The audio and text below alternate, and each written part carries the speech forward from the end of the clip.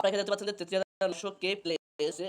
তো আপনি এখানে দেখতে পাচ্ছেন যে এক্ষেত্রে এই ভিডিওর মধ্যে রিচ হয়েছে ১৮,০১২, মিনিট ওয়াচ টাইম হয়েছে ২০৩০ মিনিট ওয়াচ টাইম। আপনাদের ফেসবুক পেজের রিচ যদি 1 মিলিয়ন প্লাস এবং 2 মিলিয়ন প্লাস যদি পার হয়, তাহলে কিন্তু আপনারা এখান থেকে অ্যাডসেন্স রিচটা পেয়ে যাবেন। আপনারা এখানে ইনশর্টে চলে আসবেন। ইনশর্ট অ্যাপ্লিকেশনে আসার পরে এখানে যে হোম ভিডিও যে অপশনটি রয়েছে, এই ভিডিও অপশনে ক্লিক করবেন। এখানে নিউটাতে ক্লিক করবেন।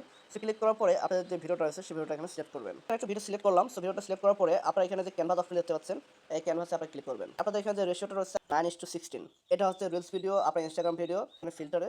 সো ফিল্টারে আসার পরে এখানে আপনার অ্যাডজাস্টে চলে আসবেন। সো অ্যাডজাস্টে আসার পরে এখান থেকে আপনার কনসার্ট, ব্রাইটনেস সবকিছু বাড়িয়ে দেবেন। বাড়িয়ে দেওয়ার পরে স্যাচুরেশনটা যে রয়েছে, স্যাচুরেশনে আসবেন। আসার পরে এটাকে 100 করবেন বা 50 এভাবে করে দিবেন। ফলে কিন্তু আপনাদের যে কালারটা রয়েছে, সেই কালারটা কিন্তু ভালো হবে।